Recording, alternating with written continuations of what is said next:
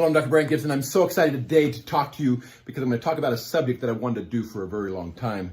The topic is orthotics, insoles, or arch supports. What I want to do is take you through the stages basically of the different types of insoles or arch supports, ending with orthotics and helping you understand kind of what an orthotic is and what the features you should be looking for in a good quality orthotic. So to start out with, we start with the insole. Most shoes, when you purchase a shoe with an insole in it, there's not much to it. There's really hardly anything that comes to that insole that actually really helps you in any way, shape, or form. It can be something very, very thin and not much to it. Even this one's a little bit thicker than a lot of them. Some of them will be almost just like a piece of material, and that's about it. So you could have that. You could have even a little bit thicker. Some of the nicer shoes may have a little bit thicker one. Commonly, the ones that people actually like may have the memory foam type insoles. Still, that's an insole that's a little bit thicker, and that kind of moves us to the second stage, which is something that is used for padding or to make the shoe more comfortable. And that could be gel type insoles, that could be memory foam type insoles. It could be even something as simple as this, where it's literally just padding, where you put it in the shoe to make the shoe more comfortable, and you'll notice that it's really, really soft, just to give you some more accommodation. So you can start with the normal insole that comes with the shoe. You can take a step up and get a little bit nicer insole. Some shoes will come with them. Sometimes you'll have to replace them with a gel insole or something similar to that, really just to make the shoe more comfortable. Doesn't really do anything as far as supporting the foot and so forth. Now, in the shoes nowadays, most of the time what they're doing is they're depending on the midsole of the shoe to do most of the support, most of the shock absorption. That's why they don't feel like they need an insole in there. The advantage of doing a generic insole as well is it allows them to fit more types of feet. If you have too much variation in the arch in those shoes, it'll be uncomfortable to a good portion of the population. So first stage, normal insole that comes with the shoe. Second stage is different types of padding or so forth that you can actually do to support the foot. The third stage would be typically, a lot of times will be types of arch supports. Most of the time, even with these, they're actually very, very flimsy. And if you were to put pressure on them, they flatten completely out. So you can see that there's not, although it looks like it's going to do some arch support, as soon as you step on it, unless you're a really, really light individual, you're going to flatten it right out, and it's going to do absolutely nothing for you. So that's the third stage, really. And that, again, they'll sell them as arch supports. They'll sell them in different convenience stores, relatively inexpensive. Say, I can help you, I can support you. They don't do much, okay? The next stage would be types of insoles that have a little bit more support to them. They're a little bit more solid, right? And we've got several different examples here of different types that could actually be useful and helpful. What you'll notice with each of these, however, is the same thing. As soon as you put a little bit of pressure on them, they still will flatten right out. So even though they've got some support in there, they can be flattened out if you're a relatively heavy individual. For example, you can actually flatten it out. You do feel there's a firm piece in there, but it still doesn't completely keep it from flattening out, from you being able to go right through it when you're standing on it or walking on it. So those would be true arch supports because they're actually doing a little bit more than, say, this other one, like we said, that just flattens out immediately. Those will do some support, not quite as much. A lot of individuals that have like a pes planus or a really flat foot will hate those because even though they flatten out, they will feel a lot more pressure in the arch area and they'll be more uncomfortable.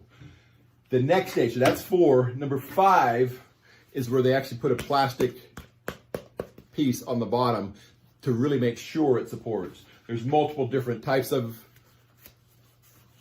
them that can actually be shown to work.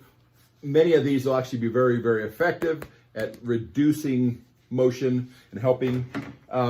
In these cases, typically they'll have different styles for a flat foot versus a high arched foot to try to make it easier for individuals to be able to accommodate and say, okay, what's the best comfort for my foot or my shoe? So this would be number 5, where they are true arch supports. They don't flatten out. They do support the foot. Do not change the way you walk. They're really just in there to support, not let you flatten out, not let you overpronate or so forth, but try to keep your motion a little bit more controlled. The next stage is really a type where you have a more solid piece that is oftentimes heat moldable. So you can heat it up. So it could present like this, where you can heat it up and it will actually accommodate the change in the foot. These are quite good that way. Other types, a style I actually really like, sole, heat moldable. You stick it in the oven at 200 degrees. It softens up. You put your foot on it.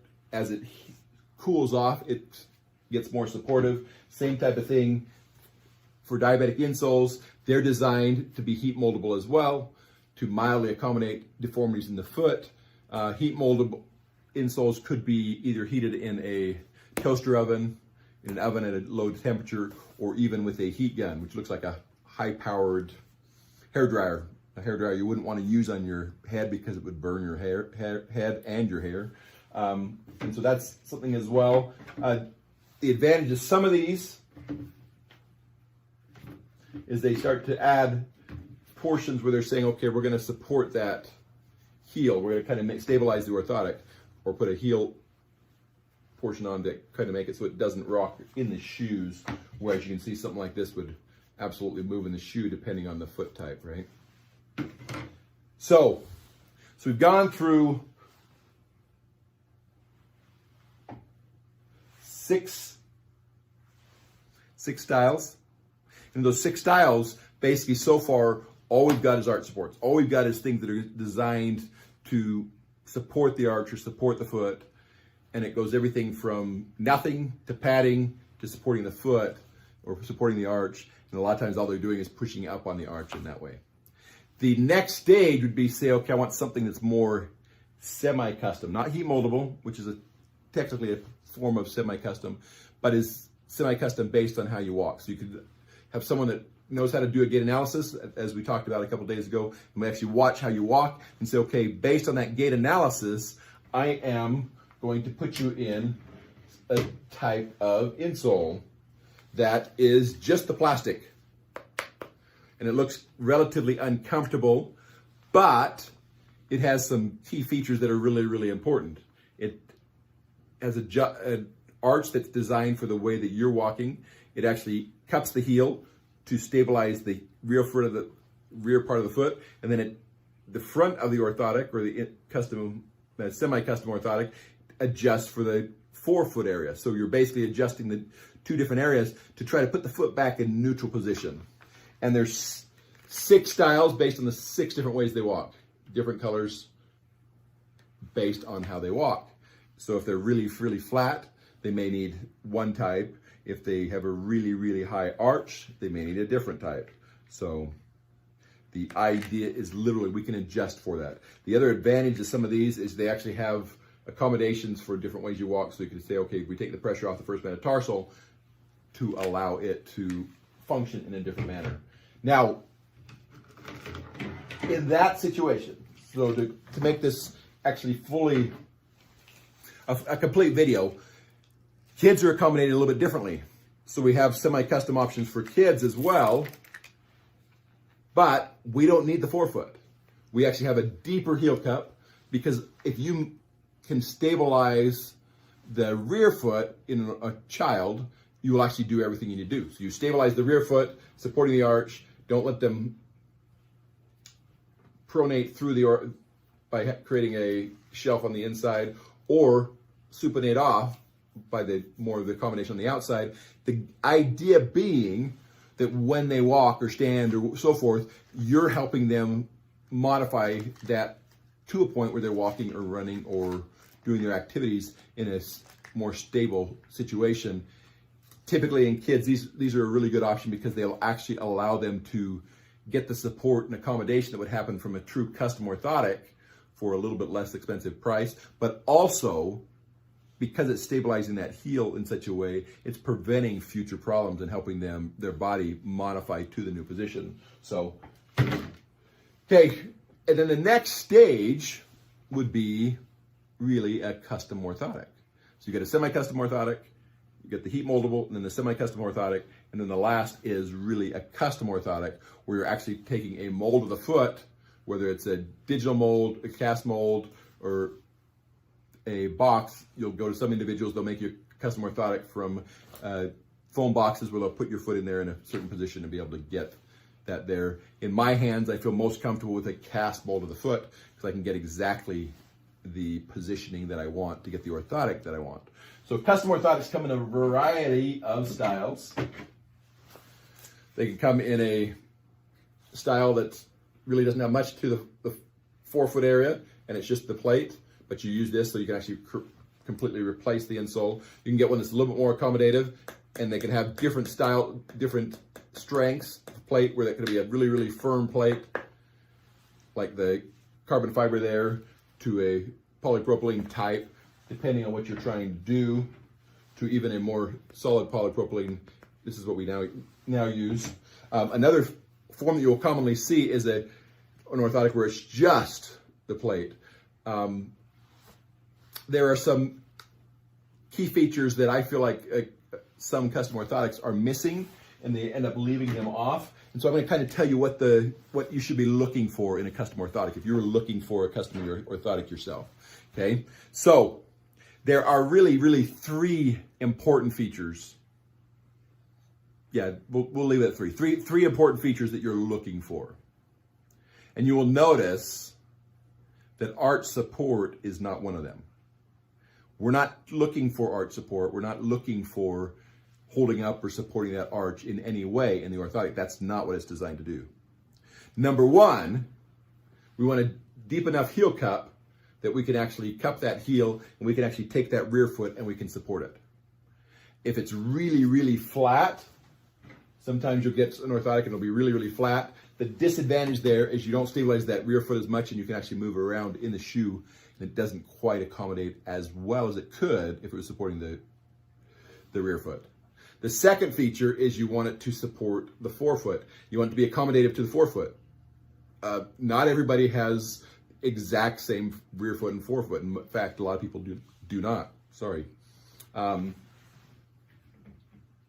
Here, this is a good example. This will kind of show you what we're talking about. So if you look at that, you've got the rear foot here supported, and you get a different type of accommodation to the forefoot because of the way this person is walking. So you're taking in one, you're adjusting one way one part, and the other way the other part. You can do that as well in a custom orthotic in that plate, where you're actually doing the accommodation in such a way so you're adjusting the forefoot and the rear foot. So you want to support the rear foot, you want to adjust the forefoot, and then you want to actually make the orthotic so it's actually stable. So you want something that will actually make it, help it sit stable in the shoe. Typically you'll see something like this, and people go, well, I don't want that much lift. There is no lift here. It's actually all just to stabilize that orthotic plate so that it doesn't rock in the shoe like it would if it was like that. You actually got something that is almost flat here, but it actually accommodates around it. So that kind of thing. So that's what that's doing. So that's really the three features that are most important. Now there is a fourth feature that sometimes we'll do in orthotics that aren't needed for every orthotic. That's why I kind of left it off. But that fourth feature is accommodation for deformities of the foot. In some individuals, we may do a first ray cutout as a deformity to adjust for the way they're walking to allow that first metatarsal to drop down, or fifth metatarsal cutout. You may have a metatarsal pad to lift the metatarsals in the center of the foot up, to take pressure off a neuroma or something like that. Really what it comes down to is you're accommodating the foot, putting it in a neutral position, and then saying, okay, I want to also accommodate other issues, whether it's metatarsalgia, hallux limbus, Morton's neuroma, whatever the problem is, you can actually also do that accommodation in an orthotic. Part of that accommodation could also be a heel lift, because most of us have one leg that's shorter than the other. So, custom orthotic, you should be looking for, like I said, those three features. You should should have a deep heel cup that cups your heel to actually stabilize the rear foot. You should have a combination of the forefoot to adjust and stabilize the forefoot and put that foot into a neutral position. And you should be stable in the shoe. So usually you have some kind of accommodation that will allow it to be stabilized in the shoe. Now, in saying that, a true orthotic should be relatively close to the arch, should feel like it's supporting your foot in that way, but it should not feel like it's pushing up on the arch, and it should not be uncomfortable the first time you put in your shoe. This is Dr. Brandt Gibson, and this is your Podiatry Tip Day 33 Orthotics. So as you're looking at different types of insoles, you can decide what the best option is you. Of course, the custom orthotic is truly just for your foot. It is the best option, but you'll also pay more. As you move up the line, the prices go up. This is Dr. Brandt Gibson. Have a